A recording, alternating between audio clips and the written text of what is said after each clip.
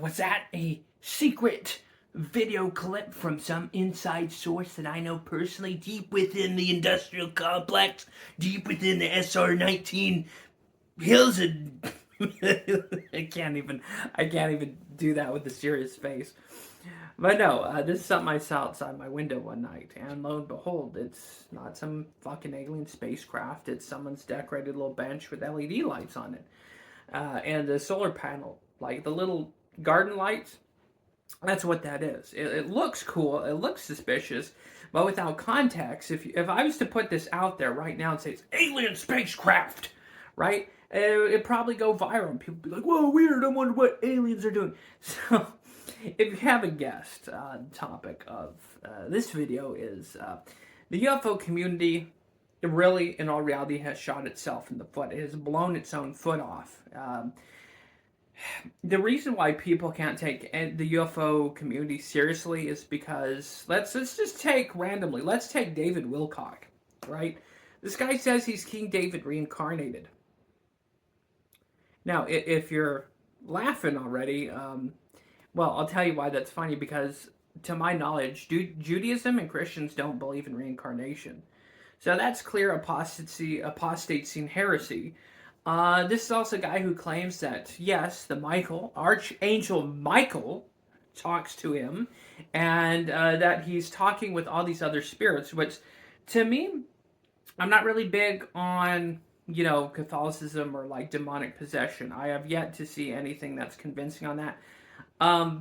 But if this guy claims to be talking to from Archangel Michael, and he believes he's reincarnation of these scientists or of King David, even from my section, that sounds like demonic possession to me.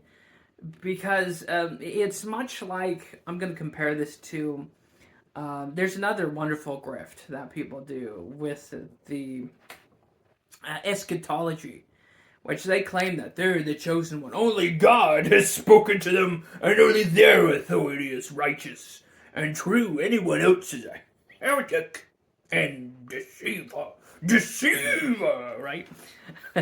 So, and this is where it's this weird crossroads. What the UFO community used to be like, let's look at Stephen Hynek, for example, right? It used to be these investigators like, well, there's weird shit flying around. What is that? Is it swamp gas? Is it an alien craft? Is it an experimental aircraft? What used to be a field that was pretty grounded in reality, where people just want to know more, want to research more, and figure out what these things were, or if there is, in fact, higher intelligences out there in the universe, has now become a crossroads of multiple different crazies. So you have the UFO people, you have the crazy religious people, you have the grifters, and then you have the hoaxers who just hoax stuff for money, fame, and metrics, and to get viral content. So the UFO community now, what I believe, has been usurped, and it's now really a religion, because now we have people like Dolan, you have Wilcock, you have Good, and you have Carson, which this guy told some bullshit story about emerald tablets of Thoth.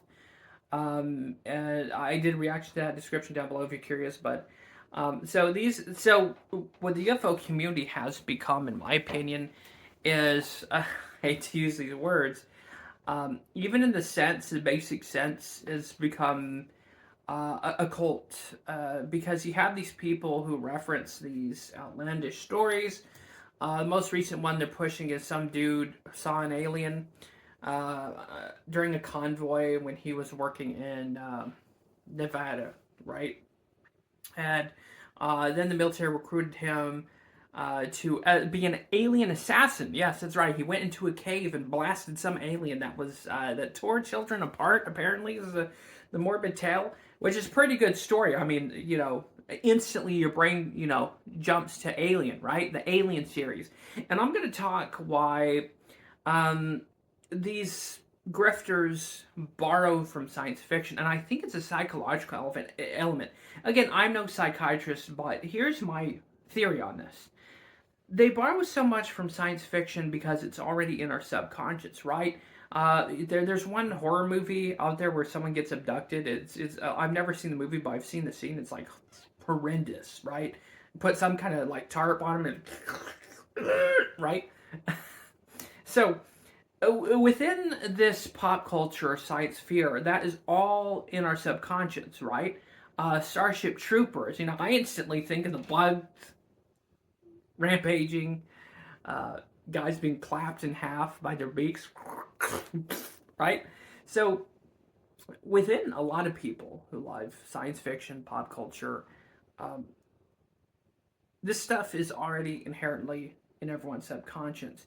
So if you're gonna create a grift, a fantastical story, whether it even be from video games, right? There's even some that ripped off a picture from a video game cover and used it and told it as a true alien picture. So within our subconsciouses is all these stories and movies, TV shows, and mediums that we played with all this kind of just in there. And I think they use and copy from pop culture and science fiction because it's already there, and we can easily associate with that.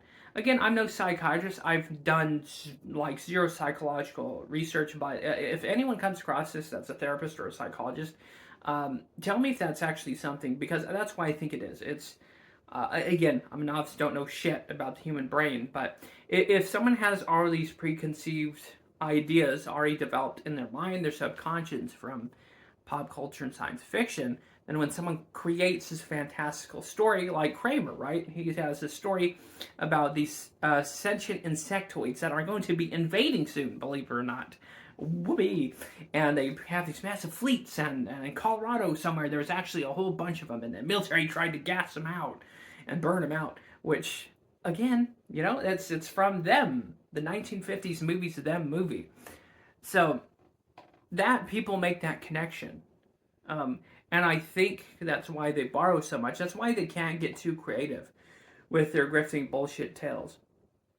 Because if it's too outside the norm, people aren't going to believe it. But if it follows close enough to that subconscious of pop culture, science fiction, and shit we've seen before, we can easily relate to that fictional universe to their story and be like, whoa, it's just like Star Trek, or enter whatever pop culture sci-fi you've seen before. You may not actually do that, but your brain, of course, is hardwired to recognize patterns. That's why you can hear voices in electronic voice phenomena. That's why you can see things like that face on Mars, right? Or why your brain can make sense out of gibberish, because that's what your brain's hardwired to do. So I think with these grifters, Carson, Wilcock, Good, Kramer, it's a very way of kind of making their stories real and recognizable, and people can associate with it because they've seen it before in fiction. And the brain, not to anyone's fault or stupidity or naivety, just automatically makes that connection. And I think that's why they ride the line so close when they come up with these stories. To preconceived and established pop culture and science fiction, because our brains will automatically make that alignment, conscious or not, right? So, again, I don't know if there's some kind of psychological word for that. Association, some form of unconscionable bias association. I don't know, I'm no psychologist or brain doctor, but that's what it seems like what's going on with that. So,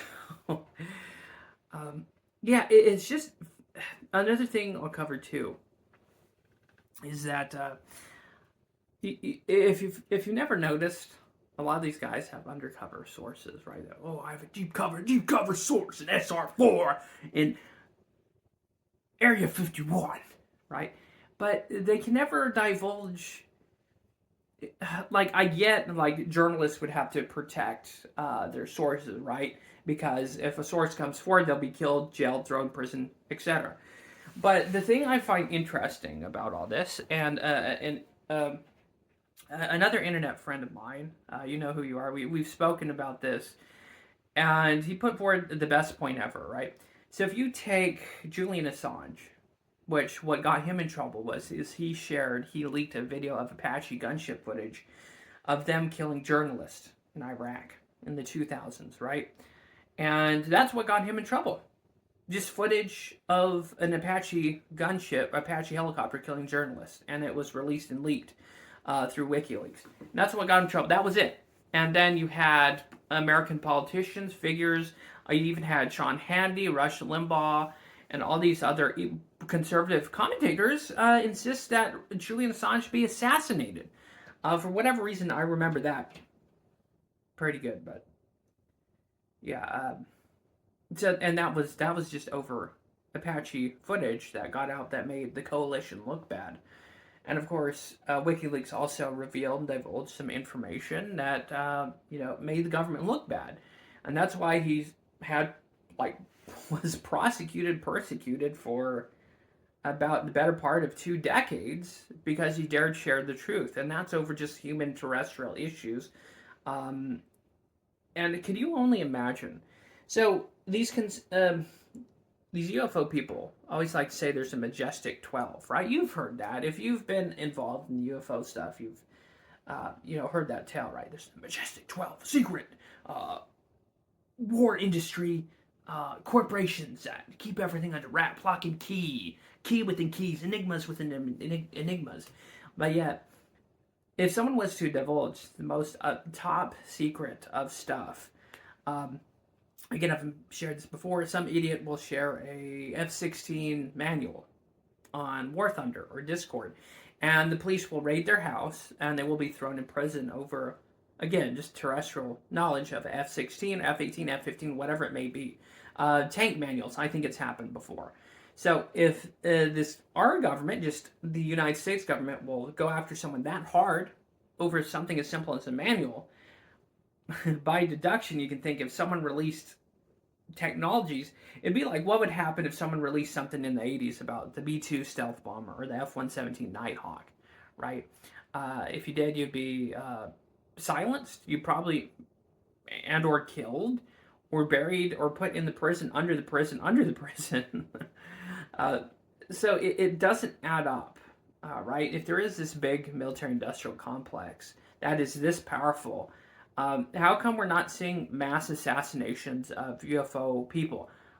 Well, that's because when you look at some of these stories being put out there, most of them are bullshit. Because that's one thing that has me skeptical about most of the UFO people and UFO leakers and UFO heads. Even with Greer claims they've tried to kill him before, and he's a little bit more believable. He's at least more friendly, but I can't act. That's where the bullshit meter starts going right, because if there was truly some deep state military industrial complex knowledge and technology that someone was coming forward, they would wrap up the sources like that and people would be right.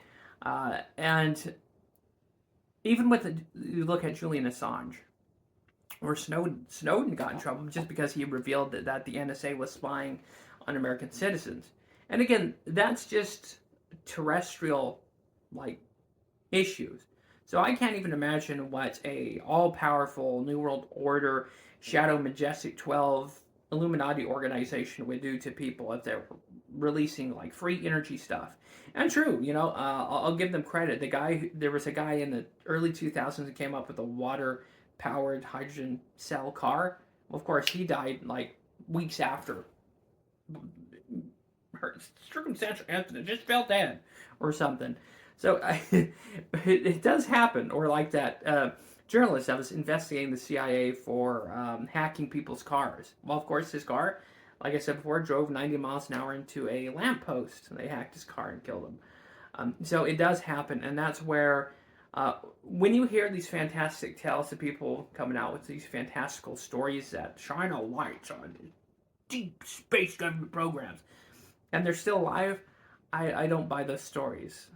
But the main point being is that when someone starts saying I have a secret source, that's basically them saying I fucking made it up.